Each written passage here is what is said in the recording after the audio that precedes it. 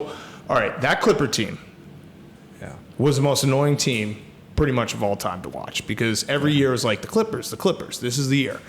What was it like playing with those? Because I feel like everyone hates each other now. Chris Paul, Blake Griffin, who's a friend of ours, so don't say anything bad about him. Austin Rivers.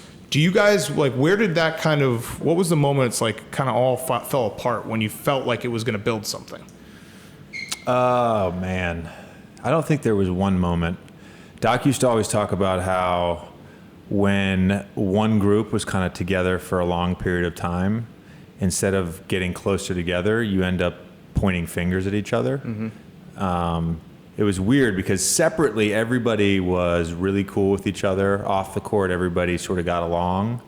And then there was just so much like pettiness. It was just pettiness. It's weird to think what we had the potential to accomplish and what ultimately derailed that was pettiness. Mm-hmm. Like Donald Trump level pettiness. Right. So when you say pettiness, are you talking about like a guy would get upset because he wasn't getting as many looks, somebody wasn't passing the ball enough? Like what the type coach of stuff? was playing his son. The weird part about our team, I know Matt Barnes has gone on a few shows recently and talked about like mental toughness, and I do believe like that was part of it.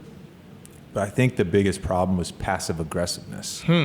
Like I would rather a guy actually blow up at a teammate. Yeah. And, you know, whether it ends in a fight or just a verbal shouting match, like I think getting stuff out in the open is healthier than sort of holding it in and just whispering things in corners and never really addressing root issues. Mm-hmm. And I think it was just like, and, you know, I'm throwing myself in this in some ways, like I'm probably as guilty as other guys, but like we were just really passive aggressive with each other. And I don't know that it was like, look, I know certain guys now that we've sort of separated where no one's there anymore. Mm-hmm. We've all sort of, we've all left. Doc is the last man standing. Yes. And I don't know that like we hate each other. I don't know that.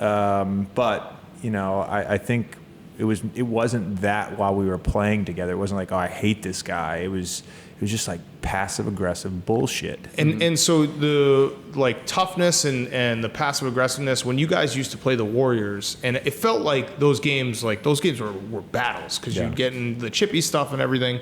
Did you feel the Warriors just knew like these guys don't have it? They don't have like, does that happen on the NBA court where one team's like, come on?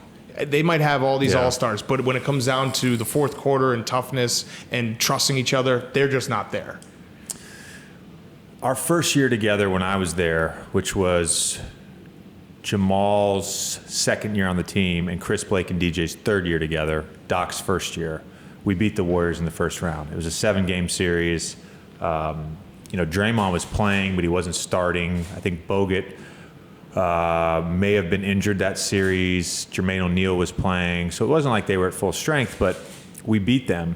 And then the following year was when they were amazing. They kind of came out of the gates. They were 65-17 or 67-15, whatever they were.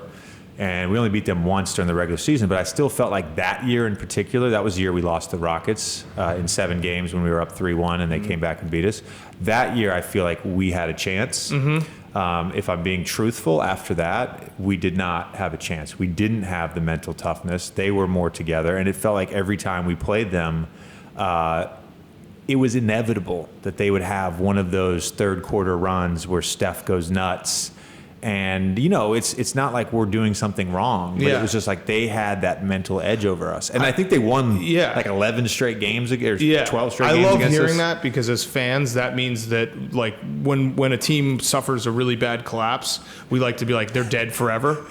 We're right. We're absolutely right. Yeah. So it feels good validating that, our hot takes. Yeah. Like we're dead on. The Houston series was essentially the death. Well, so then you guys, we always say also that when a team beats another team, they gain their powers. It's like if a team beats a team of destiny, then they become the team of destiny. In your case, they beat you guys, and then the Rockets took over your like mental weakness, and now they can't get over that hump. So you infected the Rockets. Yes.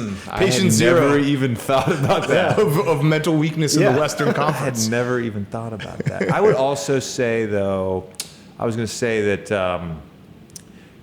after that Rockets series, I think that next year when the Warriors were 73-9 or whatever they were. I think that next year, the whole league started playing differently. Mm-hmm. And Blake was hurt and I'm not saying Blake's at fault here, but Blake was hurt, and we went on this like basically, incredible stretch in January and February. I think we had a 12-game winning streak or something like that. But over the course of a lengthy part of the season, we were as good as anybody in the league, and we were basically playing with like Wes Johnson and Paul Pierce at the 4 in the starting lineup. Right, we were just spreading it out. We were playing like how the league plays. Mm-hmm. And and when we tried to integrate Blake back in, I just never felt like we figured that out, mm-hmm. like how to utilize his talents with DJ, with shooting, having two playmakers essentially in Chris and Blake, and letting those guys play off each other. We just never figured that out. It was like the league changed, the league evolved, and our team, the way we played, the five of us, the starting group, we never evolved.